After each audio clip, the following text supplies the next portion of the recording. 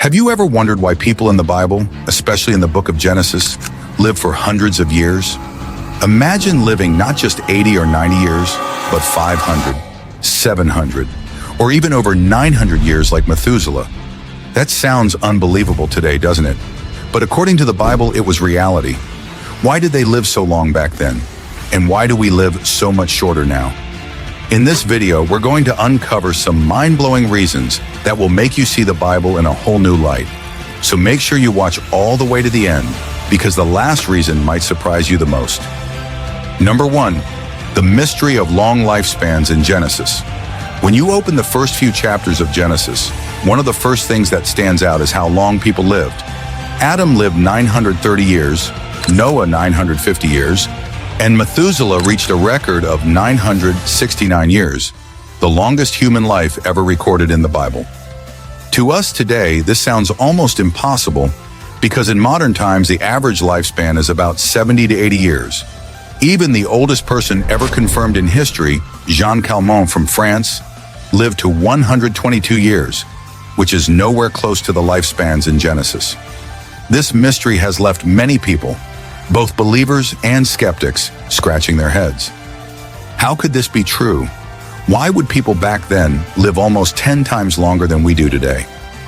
To understand this, we first have to notice that the Bible is not just giving us numbers at random. Every detail written in Genesis carries meaning. When it tells us that people lived for centuries, it's inviting us to pause and think deeper. These long lifespans weren't just about survival. They were also part of God's original design and plan for humanity. The first humans were created perfect, without sickness, decay, or weakness. In fact, God breathed his own breath into Adam, making him not only alive but full of divine vitality. Life in Genesis was not shaped by disease, pollution, or unhealthy habits like we have today. Instead, it reflected a creation that was still close to perfection. But why would God allow people to live so long? Think about it. In the early days of humanity, people needed to populate the earth, pass on knowledge, and establish communities. With such long lives, parents could directly teach many generations of children and grandchildren without the need for written systems or schools. Imagine Adam being alive to share first-hand stories about the Garden of Eden with his great-great-great-grandchildren. Long lifespans meant that wisdom and memory of God's ways were preserved for centuries. In fact, some Bible scholars point out that Methuselah, who lived for 969 years, died just before the flood. His very life seemed to act like a timeline of God's patience with humanity. However, there's also a sense of mystery surrounding these ages. Were the years in Genesis counted the same way we count years today? Most Bible scholars believe yes, they were actual years, because the text uses the same word for year as it does for describing other time periods, such as seasons and harvests. If we dismiss them as symbolic, then the rest of Genesis begins to lose consistency. So it seems most reasonable to take them literally. Yes, people really did live that long. Still, many have asked if there could be natural reasons for this. Some suggest that the environment of the early Earth was very different. Perhaps the atmosphere, the oxygen levels, or even the protective canopy of water described in Genesis 1 created a healthier, more life-sustaining world. Others think that the human genetic code was still pure and strong, closer to how God originally created it, without the weaknesses and mutations that built up over time. Whatever the explanation, these lifespans stand out as unique to the earliest chapters of the Bible. What's even more fascinating is how suddenly things changed after the flood. Before the flood, lifespans stretched nearly 1,000 years. After the flood, they began dropping dramatically until they eventually reached around 70 to 120 years, which is close to what we see today. This pattern shows us that something massive shifted in history, and Genesis wants us to notice it. It's as though God is showing us a story not just of long lives, but of how sin and brokenness slowly began to shorten human existence. The mystery of long lifespans in Genesis still captivates readers today. Some approach it with faith, believing it as God's truth. Others try to explain it scientifically or dismiss it as myth. But either way, it raises an important question. What does the length of our lives really mean? If the people of Genesis lived so long, perhaps it's not just about counting years, but about recognizing that life itself is a gift from God, a gift that comes with purpose. Number 2, the creation design, God's original plan for humanity. To understand why people lived so long in the days of Genesis, we have to go back to the very beginning, to the moment of creation. The Bible tells us in Genesis 1:27 that God created man in his own image. That means humans were not an accident of nature, nor were they weak and fragile like we often think of ourselves today. Instead, God designed humanity with incredible perfection, strength, and purpose. Think about it. When an inventor creates something new, they make it to function at its very best. If you buy a brand new car straight from the factory, it runs smoothly, without damage or wear. Now imagine humanity as God's brand new creation. Adam and Eve were like that new design, built strong, healthy, and flawless. Their bodies were free of disease, free of genetic problems, and full of energy. In fact, they were created to live forever. Death wasn't even part of God's original design. This is a powerful truth. God never intended for humans to die. The book of Genesis makes it clear that death only entered the world after sin. Before the fall, Adam and Eve had access to the tree of life in the Garden of Eden. That tree symbolized ongoing life, and as long as they were in relationship with God, they could live without end. It wasn't until they disobeyed that death became part of the human story. So those early generations, though affected by sin, were still much closer to God's original design than we are today. That's one reason they could live for centuries. God's design for humanity was also holistic, meaning it wasn't just about the body, but also the mind and spirit. Adam's mind was sharp. He named all the animals in a single day without forgetting or confusing them. Imagine the memory, intelligence, and creativity he must have had. Their emotions were balanced, their relationship with each other was pure, and their connection with God was unbroken. Every part of their being was in harmony. That balance created the perfect conditions for long and healthy life. Another important part of God's design was the environment he placed humans in. The Garden of Eden was not like our world today, filled with pollution, processed foods, and stress. Instead, it was a paradise of fresh air, pure water, perfect weather, and the best nutrition possible. Every fruit, seed, and plant they ate gave life and strength. Genesis 1:29 says, I give you every seed-bearing plant on the face of the whole earth and every tree that has fruit with seed in it. They will be yours for food. That original diet was designed to fuel life, not shorten it. If we pause to think about it, humanity today is living far away from God's original design. Our bodies are weaker, our diets are often unhealthy, and stress is part of daily life. But back then, Adam and Eve's world was free from those burdens. They had no hospitals, no medicine, and no doctors, because they didn't need them. Their bodies were functioning exactly as God intended. But here's something even more fascinating. God's original design for humanity wasn't just physical, it was also spiritual.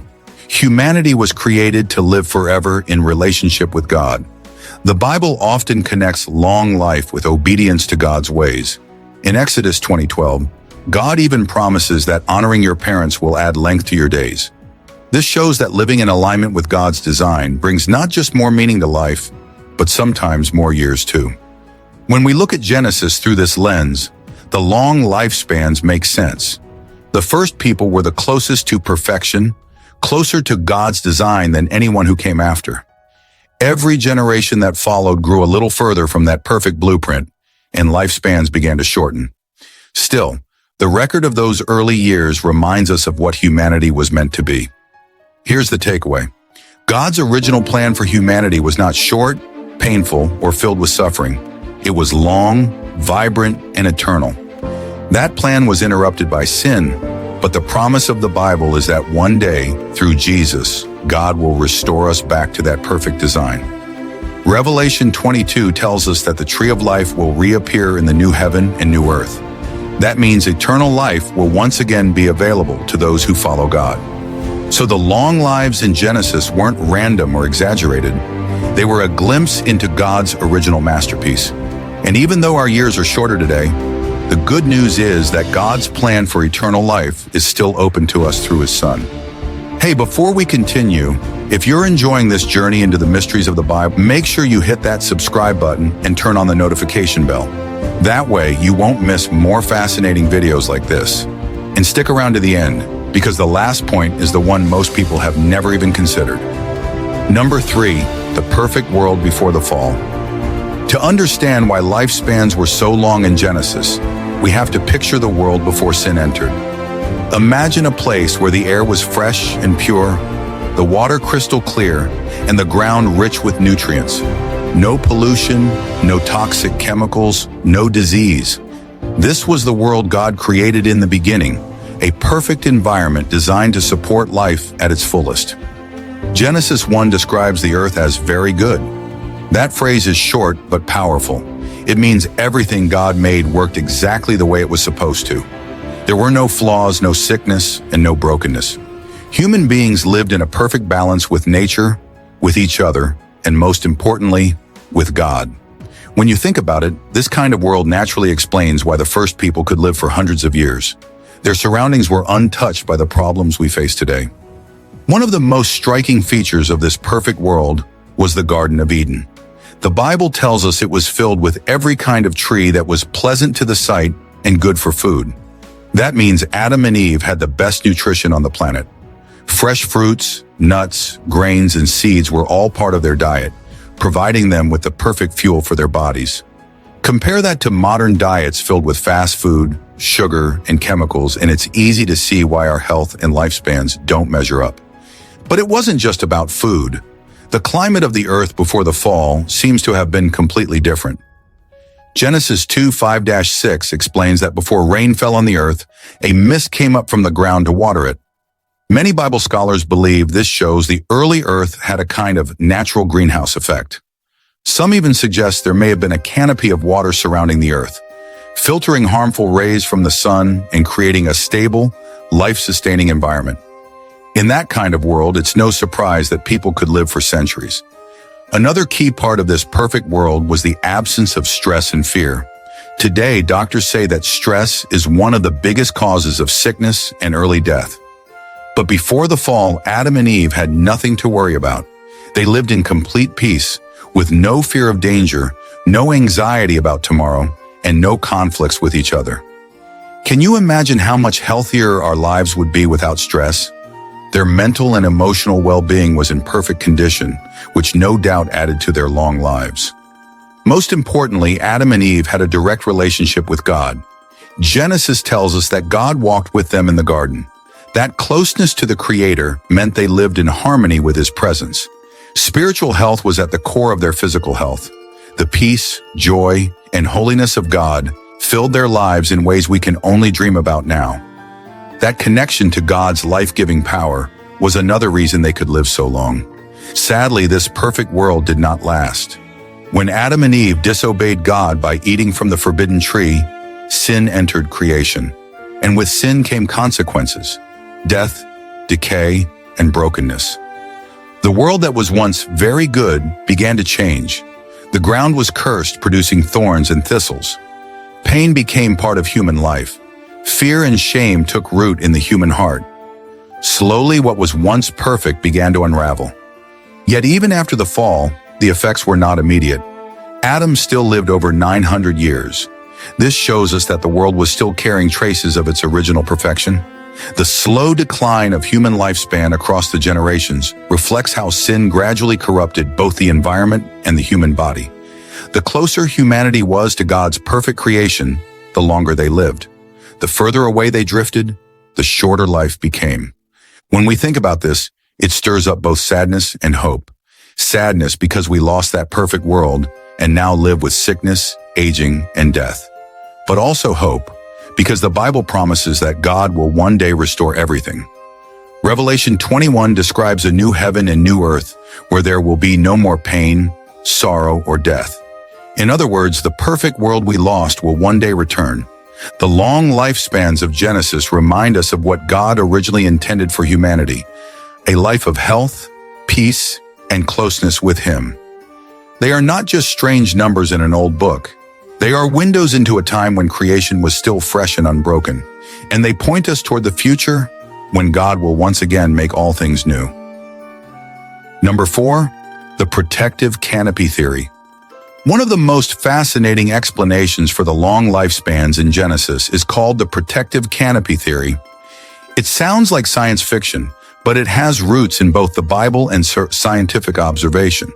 The basic idea is that the early Earth had a special layer of water vapor or ice surrounding the planet, like a protective bubble, that created perfect conditions for life. This layer could have shielded humanity from harmful radiation, helped regulate temperature, and even contributed to longer lifespans. Let's imagine it. Picture the Earth wrapped in a giant, invisible dome of water. This dome acted like a natural greenhouse, keeping the planet's temperature steady and comfortable. No extreme heat, no freezing cold, just perfect conditions for survival. Scientists today know that drastic temperature changes can weaken the human body over time, contribute to illness, and shorten life. But in Genesis, people lived before such extremes existed. The canopy may have created a climate so stable that humans could thrive for hundreds of years without their bodies breaking down. The Bible hints at this canopy in Genesis 1:6-7, and God said, "Let there be a vault between the waters to separate water from water." So God made the vault and separated the water under the vault from the water above it. Many scholars believe the waters above the vault could refer to this protective layer surrounding the earth. This wasn't ordinary water. It may have acted as a filter for the sun's radiation, meaning humans were not exposed to the dangerous rays that today cause skin cancer, eye damage, and premature aging. Imagine living your life under a constant protective shield. That would definitely help explain why people could live for centuries. Another part of the theory involves oxygen levels. Some scientists suggest that the pre-flood world had higher oxygen concentration in the atmosphere. Higher oxygen levels make cells more efficient, improve energy, and promote overall health. Combine that with the protective canopy filtering harmful rays, and it creates an environment where the human body could last far longer than it does today. The canopy might also have affected the water cycle. Genesis 2:5-6 says that, "Before the rain, a mist came up from the ground to water the whole earth." This gentle system of watering would have been perfect for agriculture and nutrition. No violent storms, floods, or droughts, just a consistent, life-sustaining environment. Healthy food, pure water, and mild weather, all of these would contribute to long, robust lifespans. Some skeptics might dismiss this theory as pure imagination. But it's not just speculation. It's an attempt to understand the world described in Genesis using logic and observation. After all, we know modern humans live shorter lives, partly because our environment is harsher, polluted, and full of disease. If early humans had a perfect environment created by God, it's reasonable to conclude they could live much longer. It's also interesting to note how quickly lifespans dropped after the flood. If the protective canopy was destroyed during the flood, the world would have suddenly changed. Radiation exposure increased, oxygen levels shifted, weather became harsher, and nutrition became less optimal. These environmental changes could explain why people no longer lived hundreds of years. The decline in human longevity after the flood seems to match this theory perfectly. In conclusion, modern science cannot fully replicate or explain the lifespans in Genesis, but it provides insights that align with biblical descriptions. Genetics, environment, diet, and low stress all play roles in human longevity, suggesting that early humans could have naturally lived longer under perfect conditions. The record of Genesis reminds us that life is a divine gift, and that God's design for humanity was far greater than our modern experience can fully capture. So why did people live longer in the Bible days, especially in Genesis? From God's perfect design to diet, genetics, the atmosphere, and even spiritual lessons, there are so many powerful reasons to explore. But here's the truth. While our years may be shorter today, the Bible reminds us that what truly matters is not how long we live, but how we live. If you found this video eye-opening, don't forget to hit the like button. Share it with someone who loves Bible mysteries, and leave a comment with your thoughts. Why do you think lifespans were so long back then? And of course, make sure you subscribe for more powerful content that dives deep into God's Word. See you in the next video.